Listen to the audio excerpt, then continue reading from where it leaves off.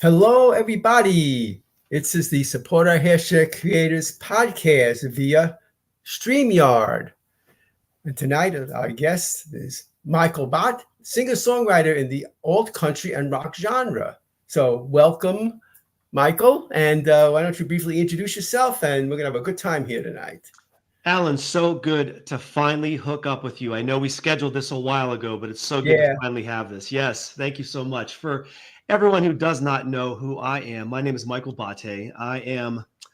Who am I? I guess I'm a singer-songwriter, born and raised in a small little steel town outside of Pittsburgh, Pennsylvania. Wow. I didn't have a stoplight in my town, Alan. It was a very small town outside of Pittsburgh, PA. But after living in all 4 time zones in the continental U.S., I now find my way on the other side of the state, outside of Philadelphia. So that's where I'm coming to you right now, live outside of Philadelphia. Okay, so tell us about the genres that you favor and define what they are. Oh my God, genres. It's a bit of a polarizing subject because a lot of artists don't like to talk about genre, right? You don't like to be boxed in by genre. However, if you want to get promoted, radio play, unfortunately, genre does matter. So for me, Alan, you know what? I've done quite a bit. So my first five releases up into the song My Way were all kind of in that country rock sort of Americana genre. And I kind of fell into that by mistake. It wasn't something I was looking for. It's just the songs that I was writing, and my producer, kind of what he was feeling at the time, just kind of fell into that country rock genre. But then my next 2 releases after that, Radiate and I Got a Song, are much more in that kind of alt pop rock sort of genre, which is more of like where my strengths, I think, and maybe more of where my comfort zone is. So I kind of made a bit of a genre switch. However, July 5th is my next release. It's called Dance With Your Shadow. And I actually evoked that rock reggae vibe that the Police did back in the early 80s. Coupled that with some Nickelback, big fat Nickelback choruses. So now I'm going into like a rock reggae genre. So Alan, I don't know what the heck I'm doing. I'm just having fun making music. Oh, that's great. Well, why don't you tell us your origination story? How did you get into music in the first place? And did your blue collar upbringing, how did it influence what you decided to do?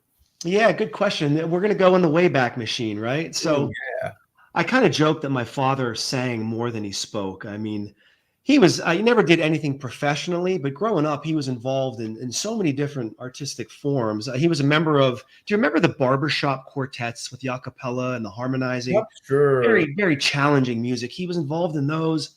He was the leader of the church choir. So that's kind of where I first started singing, belting out the songs in church. And then he was a member of a lot of different local theater groups. And they did the big shows like My Fair Lady and, Fiddler on the Roof and Sound of Music. So Alan, growing up, I would, go to all those productions and the practices. And I will tell you this, growing up in my little town, memorizing the words to some of the songs of Fiddler on the Roof did not make me like the most popular kid in town. But it was like my first love was my father's voice, I guess. And, kind of, music theater. But then fast forward, of course, as a child of the 80s, there were so many different genres even being born. Think about, R&B and hip hop and rap. That was kind of being born in the late 70s, early 80s. And then you had hair metal bands in the 80s. Then you had grunge rock in the 80s. So I was all over the place with my musical influences. And, college days came, which was all the Pearl Jam days and the Soundgarden, all the big grunge days.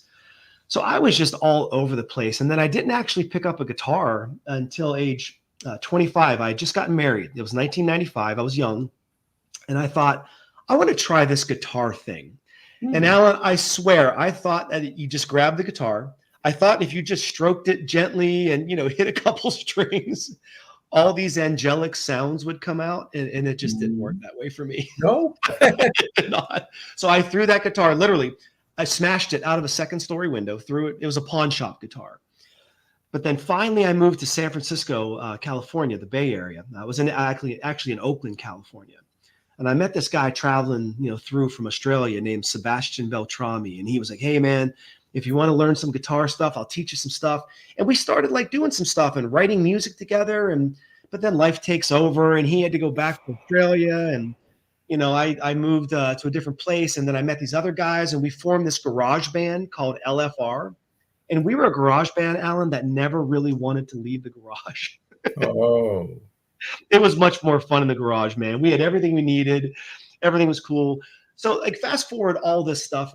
I never actually recorded a note in my life until 2020 when the quarantine, COVID came, because I had, time on my hands. So that's when the Michael Botte Band, as we know it, was formed over quarantine, because I had time to finally try to do something musically. And here I am on your show. Oh, okay. Yeah. Yeah. So you prefer, is your name pronounced Botte, not Bot? Yeah, it's Italian. We use the Italian pronunciation. Yeah. Which is Botte. Oh, okay. Yeah, a lot of people do that, though. A lot of people do that. Yeah. Yeah. Okay. Very good. Yeah, you mentioned that COVID is what got you into recording in the first place. But you've been writing music for a long time before that, right? Oh, for decades. I mean, I probably wrote my first song in the early 90s, I guess. They sat in a book for a very long time. Back then, you used to write, in books, right, with a pen and paper. Yeah, I've been writing for a long time, playing. I'm the guy that always kind of played in the corner, just kind of did my own thing, writing some chords, some music. I always use the hashtag, Alan, music is my therapy. So I was just writing to just get through the day and express thoughts. But, finally, when COVID came, I had time. I wasn't traveling for work.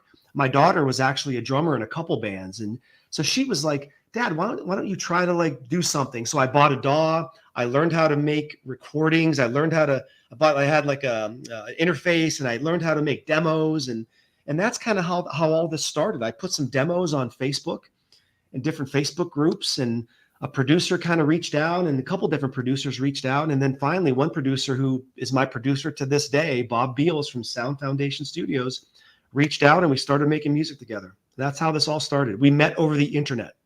Oh, well, that's the modern way. I met you over the internet. Yeah, right. Yeah. So COVID must have given a lot of people, a chance to do what they might not have otherwise have had time to do.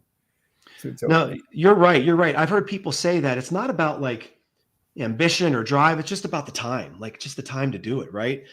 And, I will say, without going into all the details, COVID was, the good part is that the Michael Botte Band was formed, but, COVID was very, very unkind to my family in different ways. So I had a lot of material to write about. I had a lot of things to say over COVID, which is why I wrote voraciously. I mean, I wrote dozens of songs over COVID. I just had a lot to say, and I guess the time to say it. Yeah. Okay. Good. That's great. Yeah. As I said, COVID is what got me into the podcast. Because I don't know if you heard about the platform called Clubhouse. So I haven't. No. Yeah.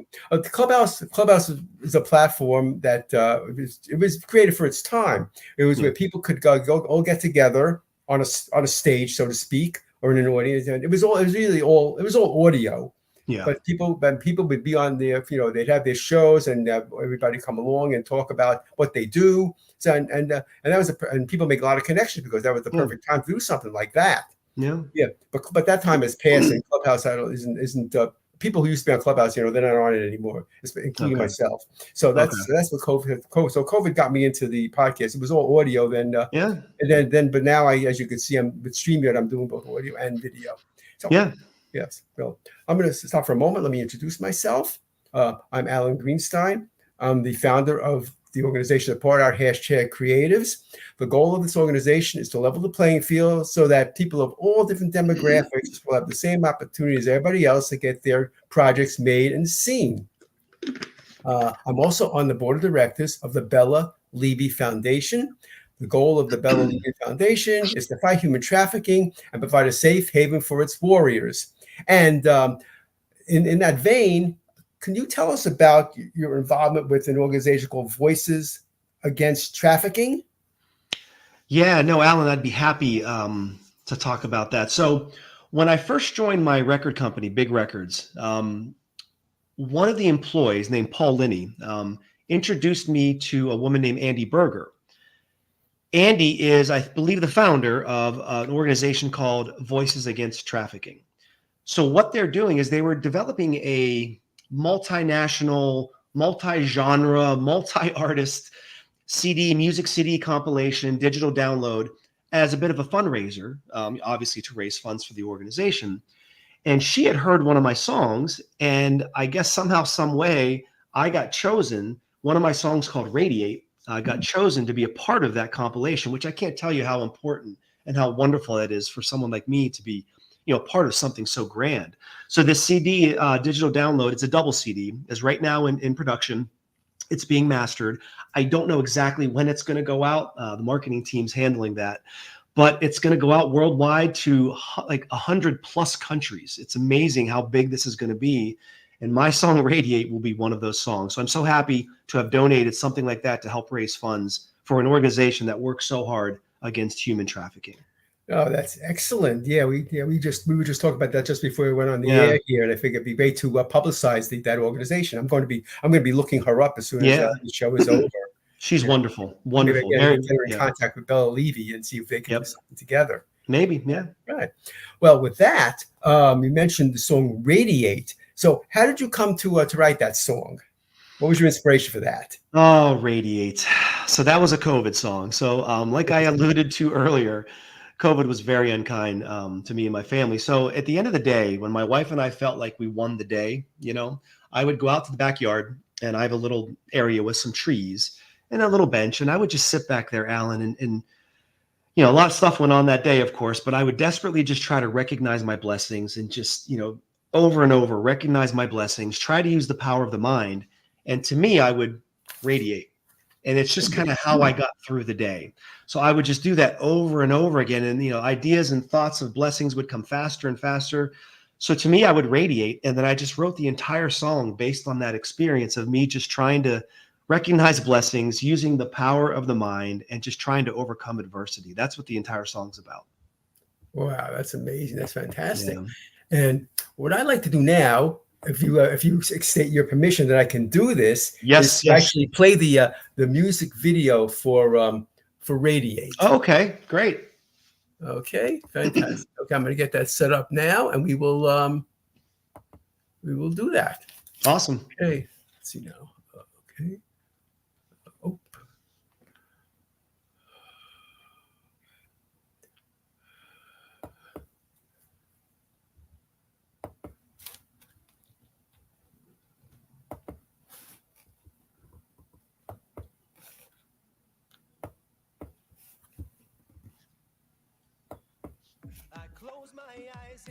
Perfect. I close my eyes and then I radiate.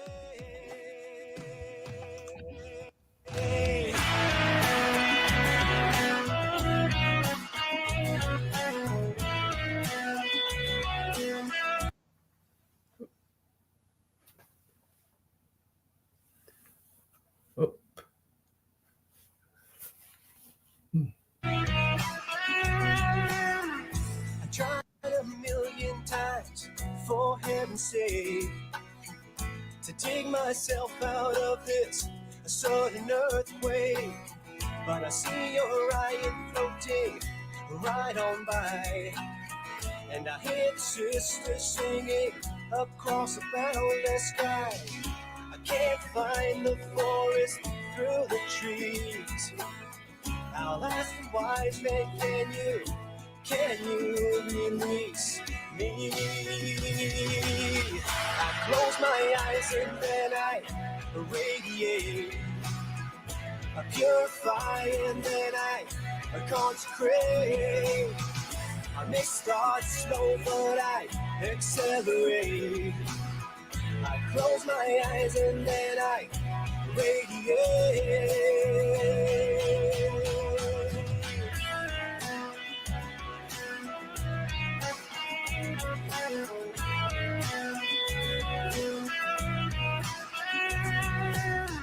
I'll paint a picture using just my words, colored with everything that I've said and heard. My cup is full, but I cannot hold it. I took a drink, but then I went out and sold it. I can't find the forest through the trees. I'll ask the wise men, can you Can you release me? I close my eyes and then I radiate. I purify and then I consecrate. I may start slow, but I accelerate. I close my eyes and then I radiate.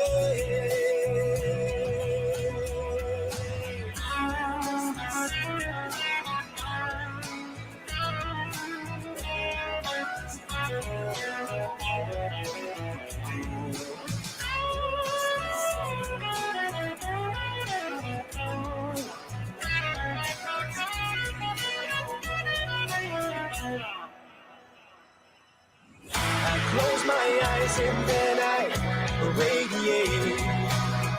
I purify and then I consecrate. I may start slow, but I accelerate. I close my eyes and then I radiate.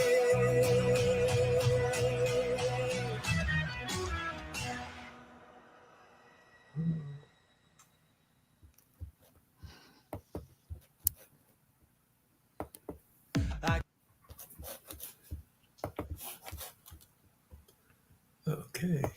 Yeah, thanks for playing that, man. Oh yeah, well, I'm so glad that we did, and the images of the video, in a sense, it looks like we have a woman there who's it looks like she's trying to get out of like a prison, like as if she's a victim of human trafficking. I'm not sure if that's that's the way I interpreted it. So therefore, it's a great song to be part of this Voices Against Trafficking.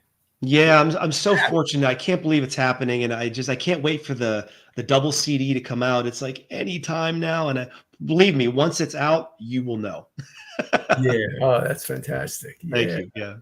Yeah. So we're going to talk a little bit more about Radiate and other things, but first we're going to pause for a brief commercial, and then we will be right back.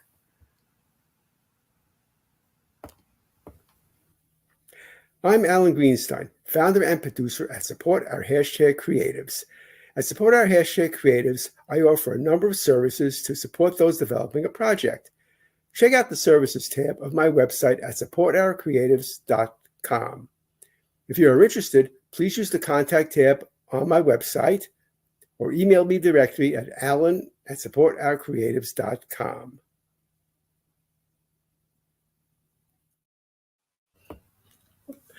Okay, we're back. So, So as I said, the music video has a lot of great images on Radiate. So, what was your process for getting the video made? Who did you have make it for you? Well, I had a really phenomenal, very talented gentleman work on the video with me named Michael Botte. Oh, okay. That was just honestly, I'm a member of so many different video sites and things, and I just took a lot of time and tried to find imagery that kind of matched the lyrics and kind of flowed with the song. And I think I did okay in doing that. So I just did all that myself using a couple different video production programs, and that was just me. Oh, amazing. Well, yeah. Thank you. Great job, and it tells a great story for sure. Thank you. Yeah. Right. Okay. So now you mentioned another song you called "I Got a Song." Tell us about that one. I Got a Song. Yeah. So that was my last release a couple months ago, weeks, whatever it was. Yeah. So in that vein of kind of, mental health, mental support, I Got a Song is all about, us musicians, us creative types, to be honest, Alan, who sometimes can have trouble communicating through traditional means, maybe even something like this. However, when people like us, and I'm including you with me, when people like us are given a chance to use our art as our voice, Alan, we speak volumes, oceans, galaxies of information. So I Got a Song is all about just musicians or any artist, creative, using their art as their voice. And you'll hear that in the chorus if you ever listen to it. I kind of talk about that in the chorus of the song. Yeah. Wow. Fantastic.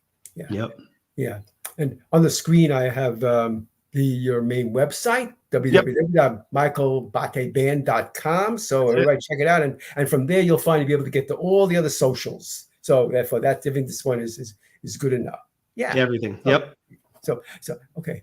How did you come to become a part of Big Records? Tell us about Big Records. What do they do, and how did you become a part of it? Wow, it's a good story. This is actually one of those stories that a lot of musicians would like to say, or people would like to hear. So, oh gosh, it was a couple years ago. I had released a country rock song called "Leave This Town," and I was on a podcast just like this. It was with Blast FM, Blast Music 24/7, Blast FM, and they played the song. And a couple of the DJs kind of heard it, and people liked the song "Leave This Town." Well, then one of the owners, Troy from Blast FM, was at ISSA, International Singer-Songwriter Association award show last August, met the president and CEO of Big Records, Mark Rosner, and said, "Hey, I got this guy with this song. You got to meet him. I love this song." One of those kind of deals. He introduced me to the president and CEO of Big Records, and I signed. So it was all because of a DJ, a podcaster like you, who liked one of my songs, used their connections to introduce me, and then I became a signed artist with Big Records. Wow, that's great. Yeah. Yeah. Contrast that with being an independent artist. I mean, how long were you an independent artist before you finally signed up with Big Records? Well, it's a bit of a dichotomy. It is strange when I say sign. It is an indie record label because okay. Yeah, one of the big things, one of the highlights of Big Records is that it's non-exclusive. So I own everything. I'm still my own creative. I have my own creative freedom. I own everything. The Big Records, the label, owns nothing. They are more of what they call an amplification model. Ooh. So what they do is they'll amplify kind of what artists are already doing. It's hard to amplify zero, but if an artist is out there doing their thing, putting music out, gigging, touring a little bit here and there, what Big Records can do is kind of amplify that, get you on, more radio, bigger tours, bigger festivals, music sync licensing, iHeart, SiriusXM. We have relationships with those entities now as well. So Big Records is really what we call an amplification model of what you're currently doing to kind of bring you up to that next level. Okay, I never heard that term before, amplification model. It's ours. We're going to coin it. Okay. We're going to trademark it. So that's what Big Records does. Yeah. So has your music actually been on SiriusXM? So the relationship with Sirius and iHeart started about a month ago. So not yet. My next release, July, may have a shot, but not yet. It's a brand new relationship. Matter of fact, tonight at 9:00, I have a conference call with everybody, or I might be late if I'm with you, but 9:00 tonight with everybody to talk about this. So I don't know all the details yet. This is so exciting. So it is very exciting. Yeah. A big breakthrough, It is big. I mean, those are the two biggest internet, radio providers on planet Earth. And to have an ability to get exposure on those would be phenomenal. So we're going to learn more about it. Yeah. Okay. Well, I hope that you'll let everybody know when this happens. Yeah. Yep. Okay. Yep. Yeah. I get it. I guess you publicize it on your on this website that we have, Michael Botte Band. Oh yeah. Everyone will know. Everyone will. Fantastic. Yeah. And if you give me a heads up, I'll make sure that I publicize stuff on. Yeah. No. Awesome stuff. Thank you, brother. Thank you, brother. Doing that. Yeah. Okay. Let's see. So basically, I think I'm always big on process. So, how do you when does it take you when you get an idea of a song to coming up with the lyrics and stuff? Is this something that you spend a lot of time on, or does it come right to you? How does that go with you? So what I'm going to say, here's what I'll do. I'll tell you how I wish my songwriting process went. Okay. And then I'll answer your question, excuse me, how it actually goes. Here's how I wish it would happen. I wish it could be a wonderful, beautiful Sunday morning. I get my book and my pen and paper. I take my acoustic guitar. I go sit under a tree and just pen a song for a couple hours. That's how I wish it went. The way it works for me is I'm the idiot that wakes up at 3 a.m. and I just have a chorus in my head or a thought or a line. And I desperately grab my phone. I don't have my phone, but I grab my phone and the voice memo, and I try to sing the melody or sing the chorus. And my wife's like, "What are you doing?" And then I take the notes app and I'll feverishly try to write lyrics and thoughts and ideas. So what I'm getting at is I have these lightning bolt moments. I'll be driving down I-95 and I'll hear a song and think, wow, that chord change maybe fits this line that I wrote. And I put all these pieces and puzzles together. But honestly, an idea typically comes in a lightning bolt moment. And I will tell you, Alan, within a day or two, it's pretty much done. I mean, maybe I change a word or so if I think of something better, better phrasing, but it comes really, really fast. Just these lightning bolt moments. Lightning bolt moment. Oh, another golden nugget. Yeah. Lightning bolt moment. Yeah. Well, someone who's into music as you are, of course, you're going to be, as you're listening to the radio, you're going to be analyzing everything that you hear and figure, is there something that I can use? There is a curse. There is a curse to being a musician because I listen to music differently as a musician versus as a music lover. And I got to stop doing that. I got to always be a music lover first, but I'm always thinking, oh, look at that production. Boy, the high frequencies are pretty cool. Maybe more bottom end. Is that compressed enough? I'm always thinking about all these crazy things, and I got to stop doing that. I got to continually just listen to music as a music lover. Yeah. Okay. Well, could be a good thing to strive for. Yeah. My situation, I'm facing the same thing, but in a different area. They talk about film and TV shows and stuff like that. I'm always looking at certain things. Yeah. I've been interested in that for a long time. Things that people might not even notice. Yep. You do. Yeah. So, and I notice that stuff. Yep. Yeah. Right. Yeah. Fantastic. Yeah. Let's see. Do you have any upcoming events? So I know Big Records has a lot of different tours going on, different festivals. I am not slated for anything. The only big event I have, I think I might have mentioned, July 5th is my next release, which is less than 4 weeks. And it's very, very different. I think I might have mentioned, I'm trying to evoke that early Police, reggae rock that they did. I love that sound, but couple that with like big Nickelback fat choruses, if you're familiar with those two bands. So the song is called Dance With Your Shadow. That rock reggae vibe for the summer. That's why it's a July 5th release. It kind of makes sense for that kind of vibe in the summer. So I guess that would be my next big event other than ISSA, the International Singer-Songwriters Association, which is August 23rd, 24th weekend, whatever that weekend is. And I'm very fortunate to have been nominated and I've made it into the finals for 6 different categories. So maybe I'll walk on stage, maybe I won't, but I can't wait to get there. Yeah. Is that going to be streamed or televised or anything like that? You're like the 10th person who's asked me that, and I have yet to come up with the answer. I got it. Tammany, a wonderful, wonderful woman. Tammany runs the show. I have to message her and ask her because so many people, it's such a gala, red carpet. It's like the Grammys for indie awards. It's a big deal. Yeah. My gut says they probably do stream it, but I don't know. And darn it, I'm going to find out. Okay, something else that'd be great to know about. Yeah, you're going to be interested in tuning into that. It's a big deal. It's a big deal. It is. Yeah. I'm so glad that you're having all these opportunities, like this awards ceremony and the business with Big Records and all that. Yeah. Amazing. Yeah, stuff's going on. Something's happening. I don't know what's going on, but something is. Something is happening. Well, I'm so glad about that. Thank you, man. Thank you. Yeah. Let's see. So, can you tell us more about your upbringing that led to where you are today? Like I said before, I grew up in a little steel town. So everybody where I lived in Pittsburgh, everyone was steel workers. Just blue collar, tough, hardworking people. My father, my brother, my uncles, my cousins, everybody was in the mill. But I will say, when the 80s came, it was kind of tough, man. That's when a lot of steel was being, made in Japan and all different things were going on, but it was a little tough in the 80s. But my father and my mother, they wanted something different for me. They just didn't want me to be in the mill. There's nothing wrong with being in a steel mill. There's nothing wrong with that. They just wanted something different for me. So they worked so hard to save enough money to send me to college. So they sent me to Penn State University, where I got a degree in chemical engineering.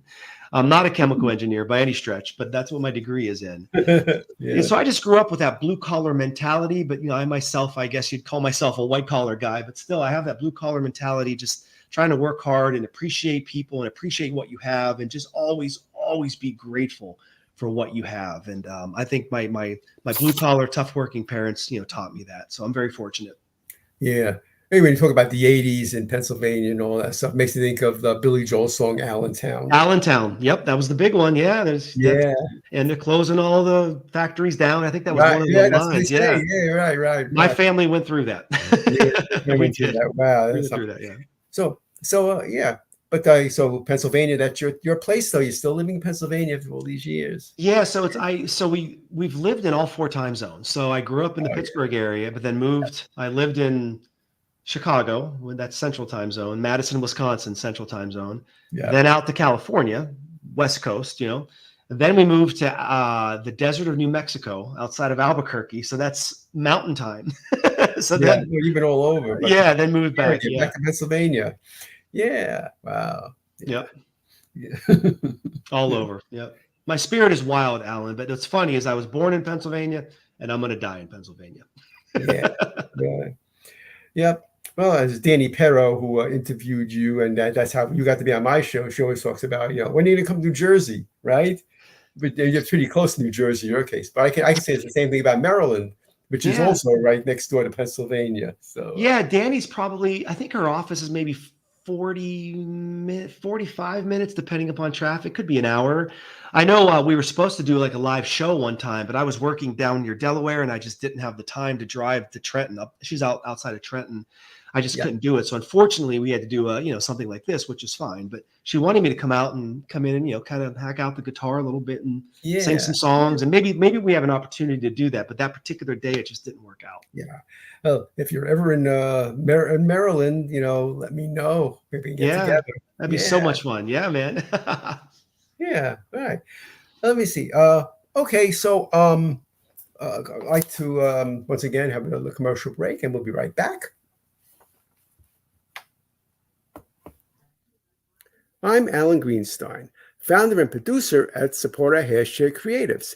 If you make something, albeit make a movie, start a business, write a book, make a physical product, run a nonprofit, promote people, are a songwriter, etc., you too are a creative, and I would love to have you be a guest on the Support Our Hashtag Creatives podcast. If you want to be featured on this podcast, please use the contact tab on my website at supportourcreatives.com or email me directly at alan@supportourcreatives.com.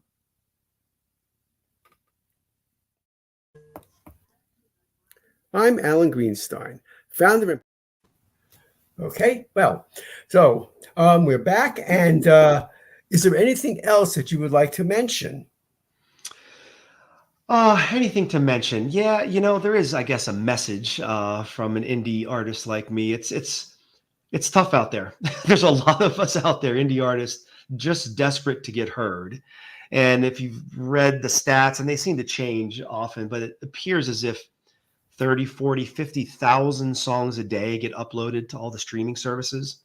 So as an example, on July 5th, when I release my next song, Dance With Your Shadow, there'll be roughly 40 to 50,000 other people who did the same thing. So it's very, very challenging to get heard. You get lost in this musical wash.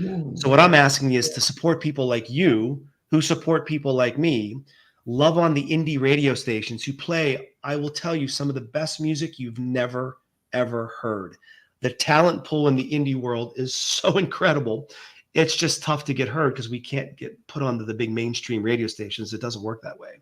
So just the message is love on an indie artist, love on people like you who support people like us, and love on those indie radio stations who do it just for the love of music. Okay. And what's the best place that people can reach you? Right to my website, michaelbotte.com. There's a contact us, or Facebook, Michael Botte Band. The website's michaelbotteband.com, and also Facebook. And to be honest, every social platform I use is Michael Botte Band, except for Twitter because it was too long. It's M Botte Band, but I don't really use that for music too much. But yeah, if you just type in Michael Botte Band, you are going to find me. Oh, fantastic. Yeah. Okay. I want to, let's see. Oh, well, June DeGuiso is here. Yeah, he's a film producer that I work with. Oh, right on. I'm so glad, June. Thanks for tuning in. And he gives opportunities to people. It's always possible he's going to want to use some of your songs in his films. I will tell you, music sync licensing is something that I've been just starting to pursue because Big Records has an offering. We have a gentleman who does that for us. But I honestly feel I have a couple different songs that were written specifically for certain concepts, love or sci-fi or sports. So I do have songs that could fit. I'd love to have that opportunity. Yeah. Yeah. Well, I can try to introduce you to each other and see if we can make something happen. Thank you, June. Thank you, man. Yeah, thanks, June. I'm so glad you're here. And as I said, great to be able to give people opportunities. Yeah. Oh, I think he just put his website in there. Oh, right on, brother. Thank you, man. Oh, he posted something else. Let's see. Oh, okay, that's right. Oh, I see. Yeah, the 16th annual WMIFF World Music and Independent Film Festival. Oh, right on. Yes, I'll tell you about. I'll give you the information about all that stuff, so you guys can get in touch with each other. Yeah, thanks, June. Thank you, June. Yeah. Okay. All right. Well, we're about to wrap things up, but stay right where you are,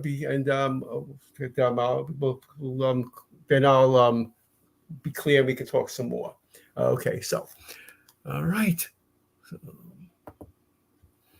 Okay, so tune into our next show. It's about Hashtag Creatives podcast. Usually we're on Mondays at 8 p.m. Eastern Time. And I hope to see you soon. With that, I'll say good night, everybody.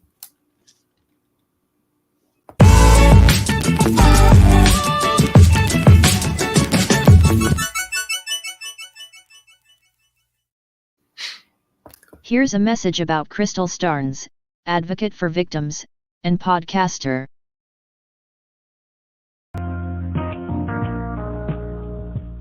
Are you an entrepreneur, actor, music artist, or someone trying to make a difference in the community, or have a story that could help someone suffering in silence?